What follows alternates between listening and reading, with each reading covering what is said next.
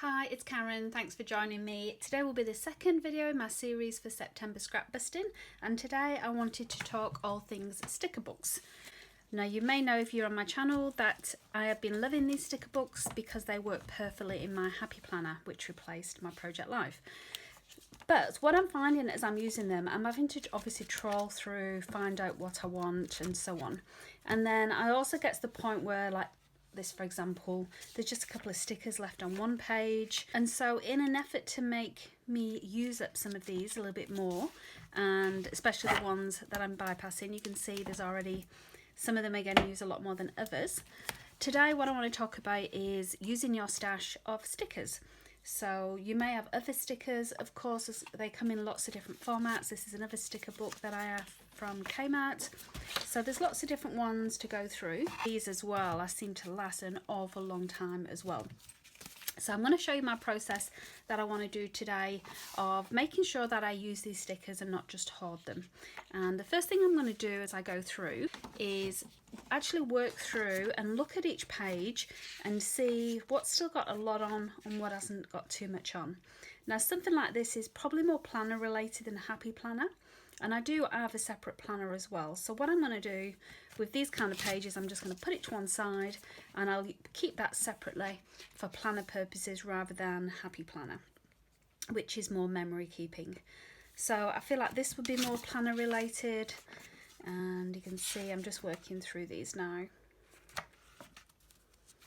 I'm also going to take out all of the little phrase stickers as well, because I can find I can use those in lots of different places. And you can see some of these do tend to repeat. Now, in terms of alphas, I never really use those in my planner or my Happy Planner for that matter. So I'm going to also take those out and I'll keep those with all of my alphas as well. What I do find that's really good in these sticker books is there's always lots of different coloured alphas, which is really great. So I'll take those out. And not only does this save me wandering through this book, I'm going to leave these in actually because it does have some washi strips, and I do tend to use the washi strips quite a bit. It's just going to be a quicker process then when flipping through the books, or if I know I need something specific like a phrase sticker, then it's already close to hand. I mean, I'm wondering if I should take out the washi strips as well, because I do use those quite a bit, but I'll leave them in there for now. And you see these numbers days of the week is probably for me more planner related. So I'm just going to work through this.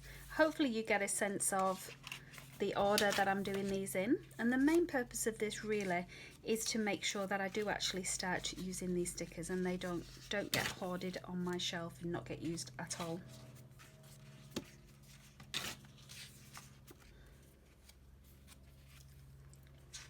I love that these books have a mix of acetate as well as sometimes the foiling, as you can see on this one, and sometimes the ones with the white background. You really do get so much in these books, it's just amazing. And you can see you also tend to get a couple of sheets of the same thing as well, which is also great. I'm tempted to take that out, but I will leave it in for now.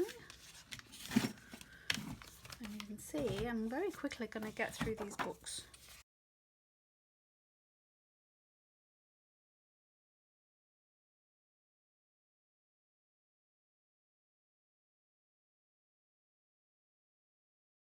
So I've finished going through all of my sticker books now, and you can see here I've managed to get through quite a few pages.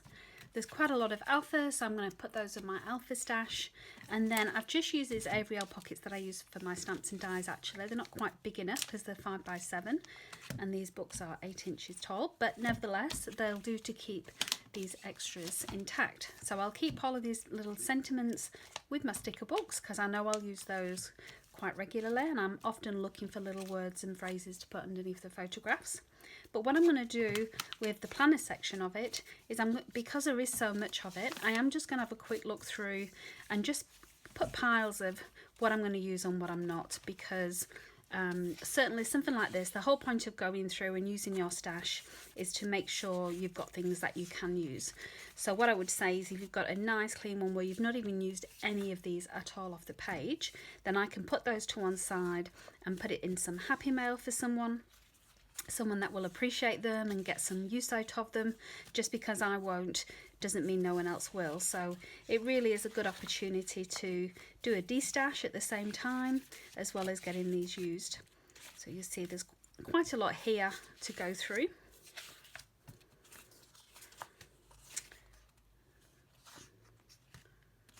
And I'm being very strict with myself because I want to make sure that I'm not hoarding anything. Stash Bust in September, it really is about getting through your stash. So these little planner stickers will find their way in the next little happy mail that I end up sending. So you can see I've got rid of about half of those now, so I'll keep those in a separate box that I have. And that's my sticker books organised. So join me next week. I've got another couple of videos for you next weekend.